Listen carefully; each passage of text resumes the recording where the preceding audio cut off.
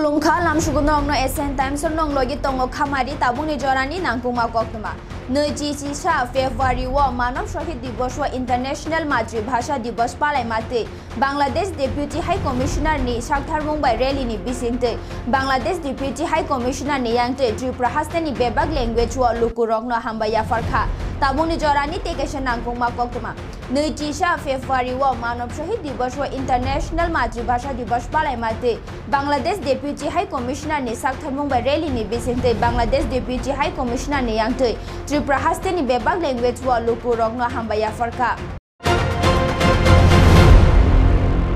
ধন্যবাদ জানাচ্ছি আমাদের সহকারী হাই কমিশন প্রাঙ্গণে আজকে আমাদের এই অনুষ্ঠানে উপস্থিত থাকার জন্য।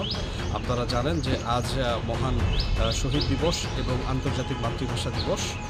1952 সালের আজকের এই দিনে মাতৃভাষার অধিকার রক্ষার জন্য বাংলার দামাল ছেলেরা তাদের নিজের বুকের তাজা রক্তে দিয়ে বাংলা ভাষার মর্যাদাকে রক্ষা করেছিলেন। সেই থেকে আজ অবধি পুরো বাংলায় 21শে ফেব্রুয়ারিকে অত্যন্ত তাৎপর্যের সাথে ভাবগাম্ভীর্য এবং যথাযথ যোগ্য মর্যাদায় পালন করে আসছে। আমরা অত্যন্ত আনন্দিত। আজকে রাজ্যেও প্রায় সকল জেলাতেই অত্যন্ত চমৎকারভাবে এই আন্তর্জাতিক মাতৃভাষা দিবস আয়োজিত হচ্ছে এবং আরও আনন্দের কথা যে আমাদের এই ভাষা আন্দোলনকে কেন্দ্র করে 2000 সালে ইউনেস্কো এই দিবসটিকে আন্তর্জাতিক মাতৃভাষা দিবস হিসেবে স্বীকৃতি দিয়েছে, যার মাধ্যমে পুরো বাঙালি জাতি সারা বিশ্বের কাছে একটি দিবস পেয়েছে, যেটা আজকের দিনে সমগ্র পৃথিবীর সকল মানুষ সেটা উদযাপন করবে। এবং সেই উদযাপনের অর্থ হচ্ছে এর মধ্য দিয়ে পৃথিবীতে যত মাতৃভাষা আছে আমরা মাতৃভাষার প্রতি শ্রদ্ধা জানাতে চাই, আমাদের মাতৃভাষার প্রতি সংরক্ষণ করতে চাই এবং আমরা চাই যে এই পৃথিবীর বুক থেকে কোনো ভাষা যেন হারিয়ে না যায়। আমরা চাই যে কেউ কখনো অপরকে তার নিজের মায়ের ভাষায় কথা বলার জন্য যেন ছোট করে না দেখে। তো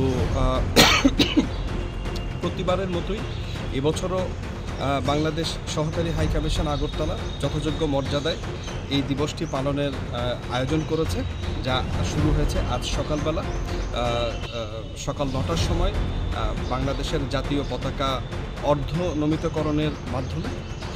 এবং এরপরে আমরা সহকারী হাই কমিশনের পক্ষ থেকে এই রাজ্যে অবস্থিত আমাদের দূতাবাস প্রাঙ্গণে যে অস্থায়ী শহীদ মিনার রয়েছে সেই শহীদ মিনারে আমরা পুষ্পস্তবক অর্পণের মাধ্যমে ভাষা শহীদদের প্রতি আমরা শ্রদ্ধা নিবেদন করেছি।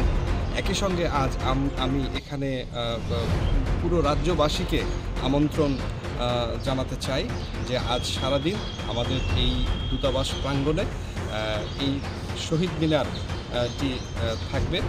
তো সর্বস্তরের মানুষকে আমরা আহ্বান জানাচ্ছি যে তারা এসে এই শহীদ মিনারে পুষ্পস্তবক অর্পণের মাধ্যমে আমাদের যারা ভাষা শহীদ তাদেরকে আমরা স্মরণ করব।